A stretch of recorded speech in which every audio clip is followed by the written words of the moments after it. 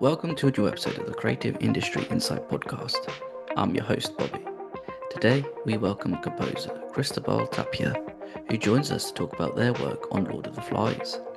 Cristobal will talk us through the creative decisions made for the score to amplify the performances and environments of the show. Please be warned there are heavy spoilers in this episode.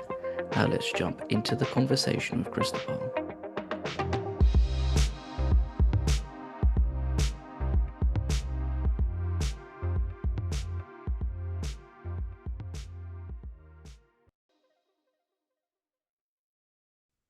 Hi, Cristobal. Thank you for joining me today. My pleasure. We're here to talk about Lord of the Flies, which has come out earlier in the year on BBC, but it'll be on Netflix now or shortly, depending when this comes out. Before we jump in, how have you found the reception to the TV show? I think it's good. I haven't checked too much. I'm gonna wait a little bit, but I'd rather not get too much into whatever people are saying, or so. I'm not that much familiar with the word on the street. I guess that sometimes it dependent on the sort of person that you are, but it depends on like how you want to read things, or if you want to read them or not, because sometimes obviously you're gonna have the good and then you're gonna have the bad, and it's like depends on how you react to both. Yeah. Because obviously you would have the highest of highs if you read something good, but then if somebody absolutely goes in on it, then you're like, oh, okay. And then if they single you out as well, then it's just like Yeah. pull the jumper over your face, be like, no, can't do this. Yeah.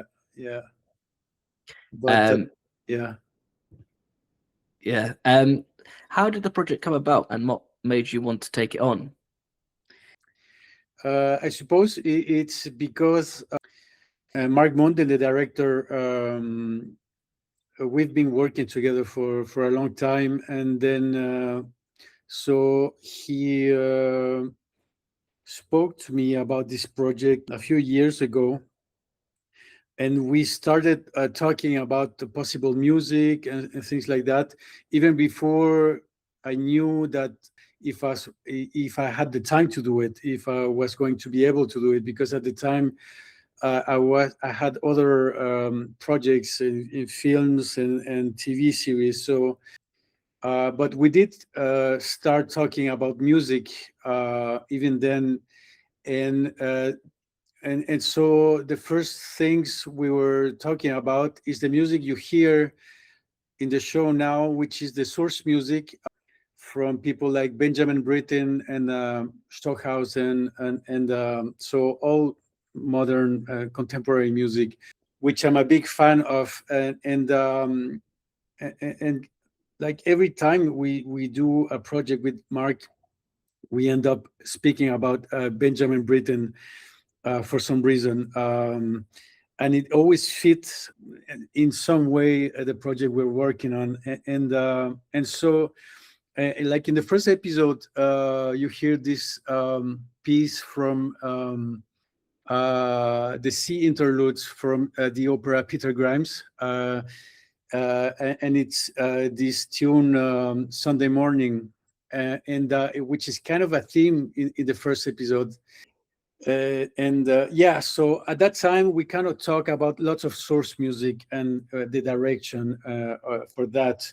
Then I was not able to do the project because I was busy with other things. But then one day Mark called me back because it was taking much longer than expected to do this project. And so I was able to jump in later in the project. Yeah, and then we took from there. And at that point, they had an established sound about the source music with the contemporary music and all that, and I was I had to figure out how to fit in and what to bring to the table from there. So there's a lot to sort of take in. I think it's, I guess, when you're working with someone like you've previously worked with before with Mark, because you've done Utopia together, both seasons 1 and 2, and the Third Day as well. Third Day is a very, very underrated show that more people should watch. I guess it's like when somebody asks you, do you want to do another one? It's like, yep, let's sign up. I'll happily do it. We can get together and work on things. And then, yeah, I guess all roads lead back to Benjamin Britten and his inspiration in work. What I find quite like, again, having like with the show, I feel like the sound subverts your expectation a little bit, because Lord of the Flies is a period piece, with the book being based, I think it's in World War II, and these kids washing up on the shore of this island. You would think there'd be like a very string heavy sound involved, but there's a mixture of strings, and there's also a mixture of really like atmospheric building of like what's happening, like it's like a whole other beast coming alive with the sound. Yeah, that's a nice way to put it. There's a beast building from the beginning, but it's subtle at the beginning, and then it becomes bigger. And so how the other part starts disappearing, the more classical thing. Sorry, yeah. No, don't be sorry. I love it. It's, again, as I said, it is just interesting to have those two sides, because it's so, you have the sort of classical, and the classical side reminds me a little bit about like the Hitchcock film, because it feels like there's two layers that is being presented. So you have a sort of more of a friendly mellow, but in the background you have something a little bit more harsher sounding, and that there's like that their world is kind of, their innocence is kind of colliding to something that's going to be, who knows what would happen. As a spoiler, if you've read the book, there's a big, spoiler, especially with like Piggy's sound sometimes when he's walking around, and you have the, it's like, oh, he has that normal home life, and then you just hear the background, that, and you're like, whoa, there's something's not right here. But how do you come up with understanding to do it underlay like that? Because at first you could have like a nice beautiful sound, but then when you have that in the background, do you like to maybe emphasize it a bit more, or do you let it play a little bit longer and longer for audience members to pick up on it? I think in this particular case, we were looking to define things in the first episode when I came in, and at first I tried to fit in more with, let's say, the strings or the piano. For example, I did like a piano version of Benjamin Britten's theme, so I did some variations of that.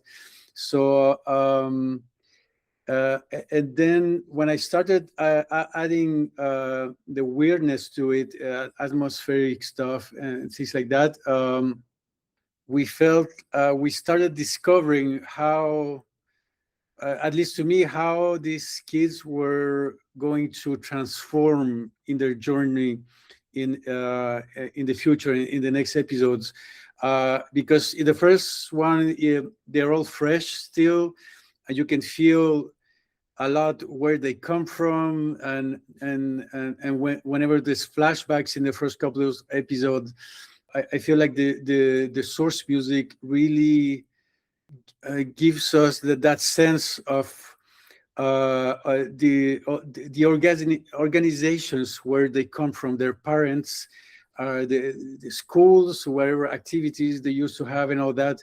And so it became more clear to me that the music was to make is where we've been taken to, where they're going into the how they transform into this island, and how there's these demons that start coming out, and they start defining themselves as one that is supposed to be stronger than another, and abusive, and then terrifying things, and it completely degenerates throughout. And so basically, I think the music that I did, it's that side. It's how they turn into this out of control little monsters. and or we discover also the virtues of a couple of them. But I would say that I did the sound of the island in a certain way. What happens there when these kids are left alone to I don't know, explore. Their own devices. Yeah, to explore and experience and discover how dark the potential for darkness they have inside them, and they also seem to be amplifying whatever they came from, whatever baggage they have from their parents or anything like that. Then it gets amplified, whether it's bad or good. Things really get out of control and chaotic. So I suppose that's more what I did with the music, to balance, not to balance, but it's somehow a contrast with the classical music. Yeah, and I feel like you can. It feels like you could play with like two different styles in terms of just having that sort of. Maybe you could play on the themes of the old life where you have strings, and then the new life where it's just a whole different world to these kids. And then also, as you're saying, like comparing their lives and sort of complementing what's happening on screen.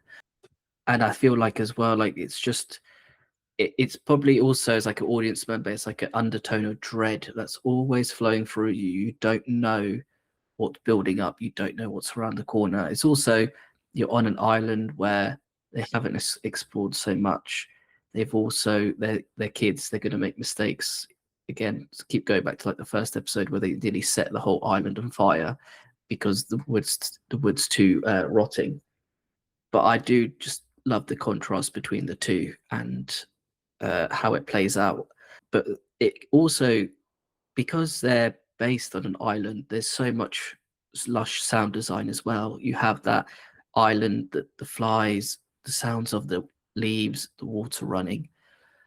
As a composer, are you already thinking about the sound design and how you don't want to have your music clash with the sound design of what's created of the world? I didn't have much to think about. Somehow naturally what I was doing was kind of fitting in with insect sounds and whatever's moving around and so yeah, sometimes that can be an issue that we really need to think how to fit together, but this time it wasn't very, I don't know, it seemed to fit naturally in there. So there wasn't that much I had to do really to make things work. There's an example of, for example, in the first episode, when I saw it in Berlin, is the first time I saw it mixed. And at the end of the first episode, the speaking with the conch and I know Mark wanted to hear how he's breathing, and he wanted this as big as it is, everything that's happening.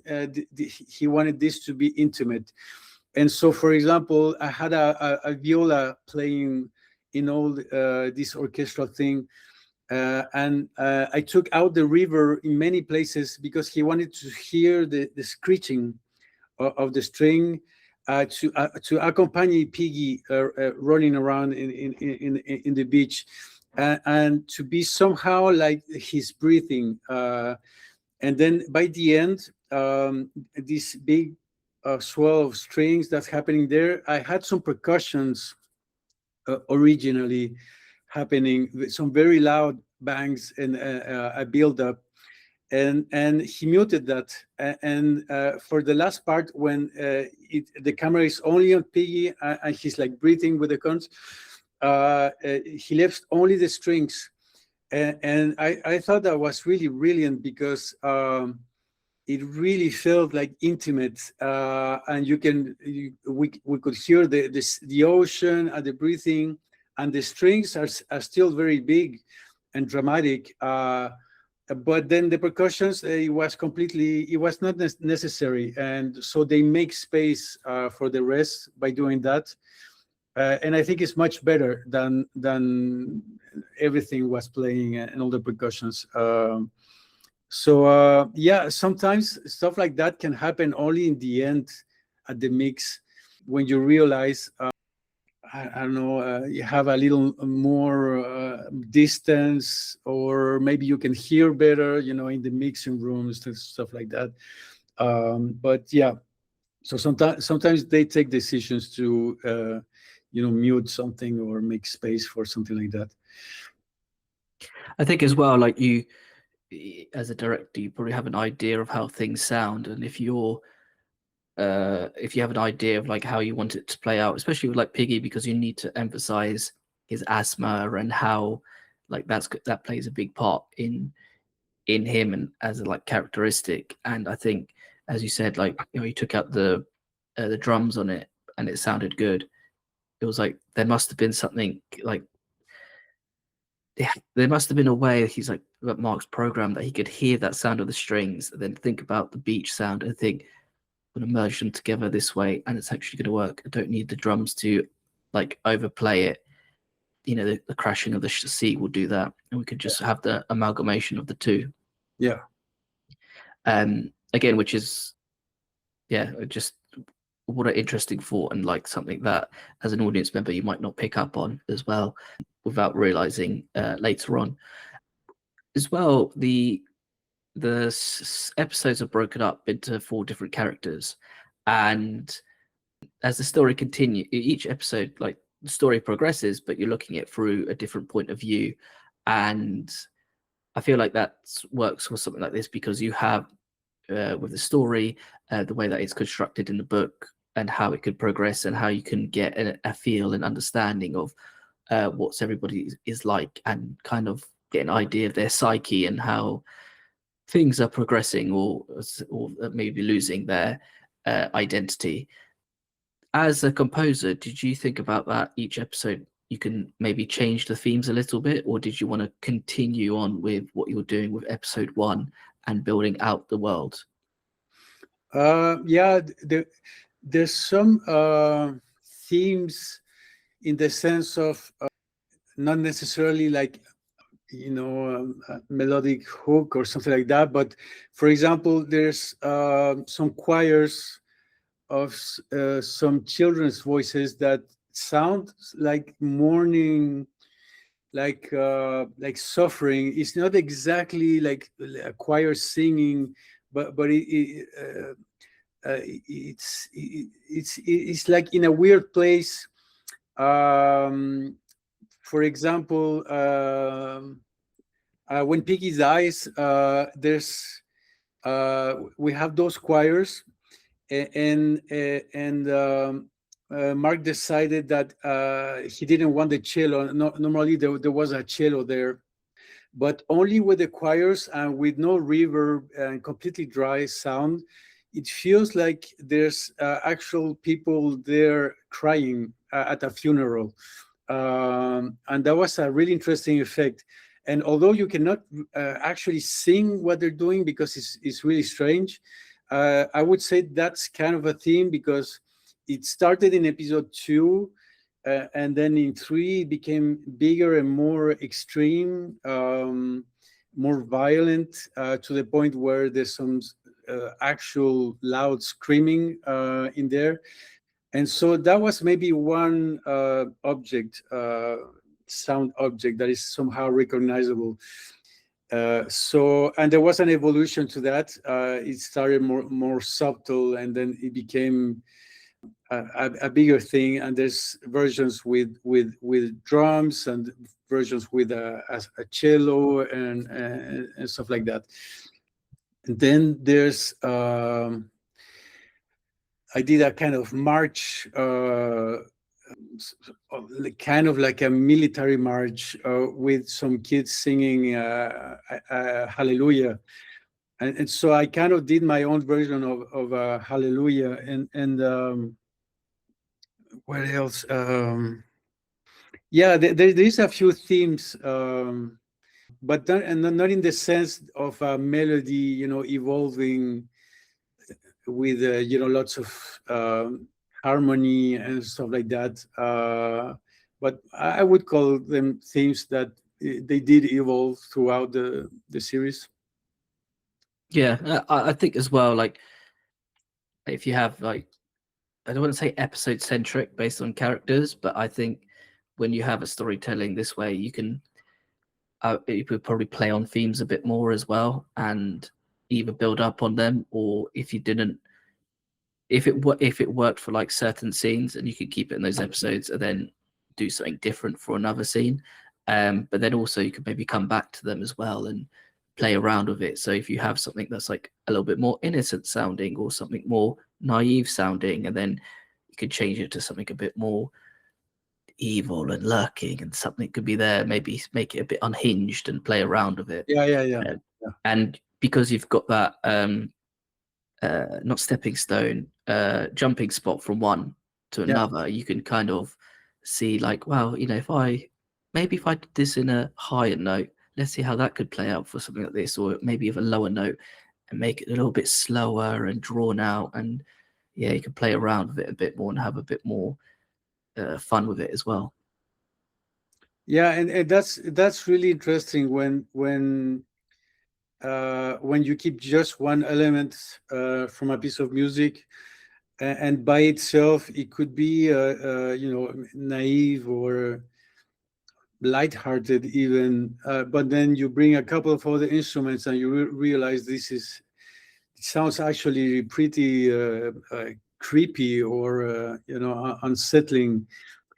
But I suppose that's the classic fun of manipulation that you do with scores. Yeah, and it's just again playing with audiences, and I feel like as well, like having understanding of notes and how you can play them higher or lower, and the different tone that you could put them in as well. Yeah, that would be quite fun as well to sort of play around with that and experiment with it as well.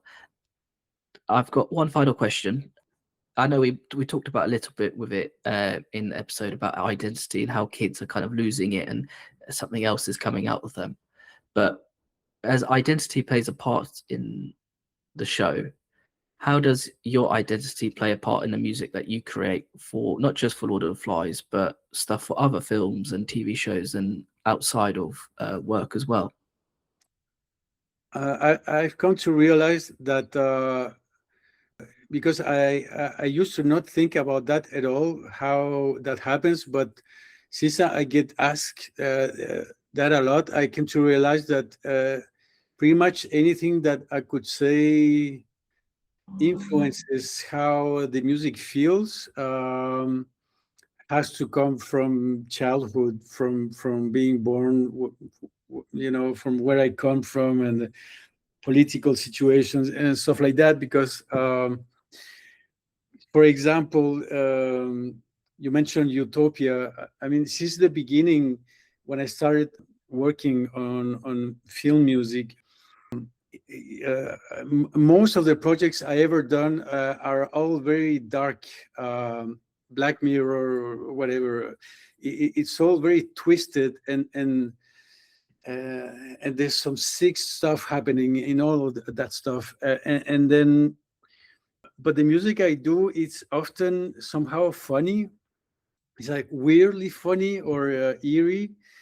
And so if I have to think about that, I think there's a place where, from being born in a dictatorship, we have a very different kind of humor from which is survival humor.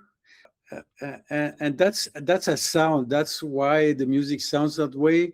For example, when you're going through dangerous stuff or really bad stuff happens, we would. I remember doing jokes about things that you don't joke about, particularly not on Twitter or something like that, because you would get canceled. But the thing is, when you come from there, you joke about things that you shouldn't joke because it's therapeutic, because it's helpful. It helps you to pass through things, and lots of that has to do with why people watch horror movies or terrifying things. uh, and I think it's helpful to go through that kind of darkness.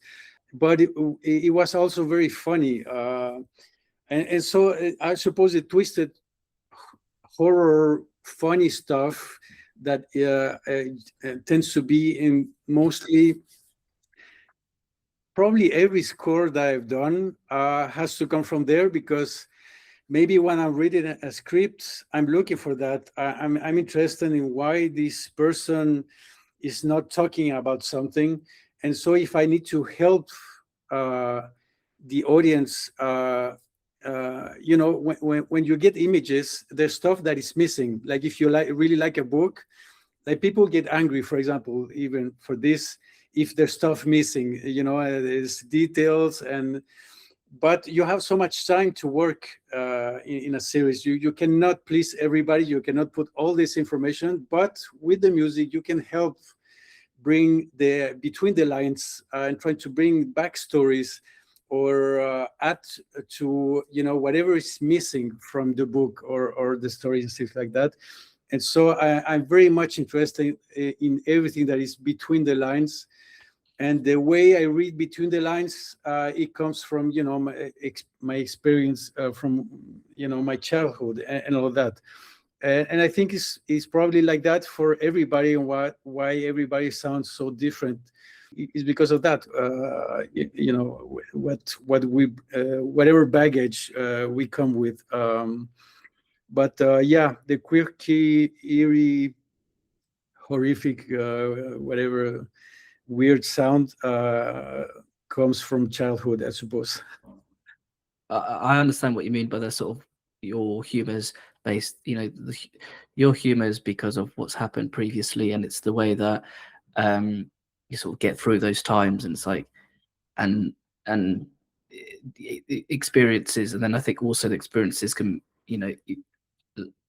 art imitates life, and you kind of bring what you feel into your realm, and how you sort of want to produce that experiences into your music. And because you work on such dark stuff, should we say, it's like, how can I emulate how I'm feeling from previously to what's happening on the screen? Yeah, Cristobal, thank you so much for your time today. my pleasure. Thank you. Lord of the Flies is streaming now on BBC iPlayer and on Netflix. Go out and listen to Cristobal and his incredible score and his whole team's work. Thank you again. Thank you, Cristobal. You take care, and You bye-bye. too. Bye-bye.